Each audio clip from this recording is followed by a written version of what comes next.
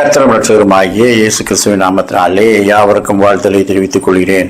ஒரு பெரிய பங்களாவிலே வசிக்கும் ஒரு பணக்காரர் நள்ளிரவு 12 மணிக்கு திடீரென்று வெளியூர் பிரயாணம் செய்ய வேண்டும் என்று தன்னுடைய காரை எடுத்துக்கொண்டு வெளியே வந்தார். வெளியே வரும்போது அவருடைய பெரிய பங்களாவின் வாயிற்காவலன் அவரிடத்திலே, ஐயா, வெளியிலே செல்கிறீர்களா? பார்த்து போய் வாருங்கள். நான் இப்பொழுதுதான் ஒரு கனவு கண்டேன். அதிலே உங்கள் வாகனம் விபத்துக்குள்ளாவது போல இருந்தது.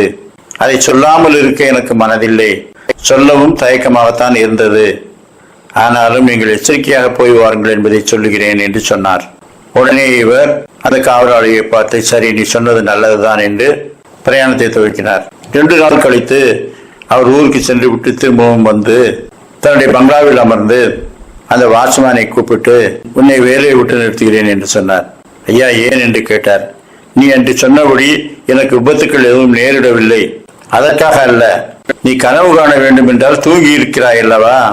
இரவு காவலாளியாகிய உன்னை இரவிலே காவல் காப்பதற்குத்தானே வைத்திருக்கிறோமே தவிர தூங்குவதற்காகவா வைத்திருக்கிறோம்? உன்னை வேலை விட்டு நிறுத்துகிறேன் என்று சொல்லி அனுப்பினார். இன்றைக்கு ஆவிக்குரிய வாழ்க்கையிலும் அநேகர் தூக்கத்தில் இருக்கிறார்கள். என்ன நடக்கிறது? நாம் எதை நோக்கி பயணித்துக் கொண்டிருக்கிறோம்? கர்த்தர் நம்மிடத்தில் எதிர்பார்ப்பது என்ன? உலகம் எப்படி போய்கொண்டிருக்கிறது என்பதை உணராமல் ஆவிக்குரிய ஒரு தூக்கத்தில் இருக்கிறார்கள். ஆனால் கர்த்தர் சொல்லுகின்றார், தேவகுமாரனாகி அவருடைய வருகைக்காக காத்திருப்பவர்களாய் எப்பொழுதும் ஜெபம் பண்ணி விழித்திருங்கள் என்று சொல்லுகின்றார்.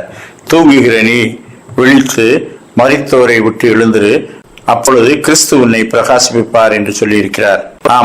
பாவத்திலும் அக்கிரமத்திலும் மரித்து கிடக்கிற ஜனங்களோடு ஆவிக்குரிய தூக்கத்தில் இருக்கும் கிறிஸ்தவர்களும் இருக்கிறார்கள். எனவேதான் தூங்குகிற நீ விழித்து மரித்தோரை விட்டு எழுந்திரு என்று சொல்லுகின்றார். நாம் கிறிஸ்துவாலே ரட்சிக்கப்பட்டிருக்கின்றோம், உயிர்ப்பிக்கப்பட்டிருக்கின்றோம். எனவே விழிப்புள்ளவர்களாய் இருக்கும்படிக்கு கர்த்தர் நம்மை அழைக்கின்றார்.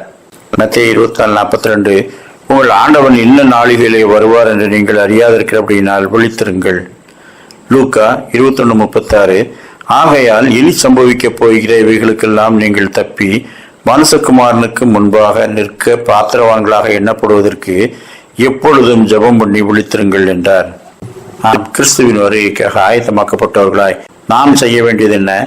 பரலோகத்துக்குரியவர்களாய் இருக்கிறோமா? ரட்சிக்கப்பட்டிருக்கின்றோமா? கர்த்தர் வருமானமும் பரிசுத்தத்தை காத்து கொண்டிருக்கிறோமா? அப்படிப்பட்ட சிந்தை உள்ளவர்களாய் வாழ கர்த்தர் நம்மை அழைக்கின்றார். கர்த்தர் தாமே இந்த நாளின் சிந்தனைகளை நமக்கு ஆசீர்வதித்து தருவாராக. ஆமேன்.